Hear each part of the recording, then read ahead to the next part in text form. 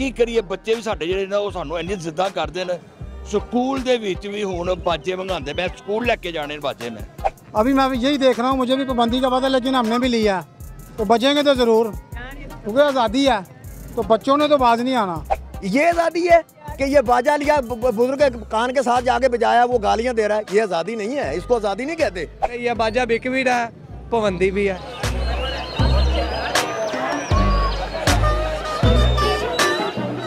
मैं आज़ादी जो एक अव्वल तो यही जो क्या नाम है इसका, बाजे बजा के बिल्कुल नहीं मनाते, कतई नहीं, बिल्कुल नहीं, कभी लेके भी नहीं आया मैं तो। हम ऐसे मनाते हैं, कोई हम मोटरसाइकिल नहीं भगाते, हम कुछ भी नहीं करते। ये देखो बच्चों के लिए मैंने लिया है, कोई बाजा नहीं लिया। हम तो सर नमाज पढ़ के मनाते हैं, अल्लाह का शुक्र अदा करके। ਅਸੀਂ आज़ादी मंगाने अपने ਵੱਡਿਆਂ ਦਾ ਖਤਮ दुआ के, ਜਿਹੜੇ शहीद होए हैं साडे ਵੱਡੇ। और मैं यही पाकिस्तान का झंडा लहराते हैं।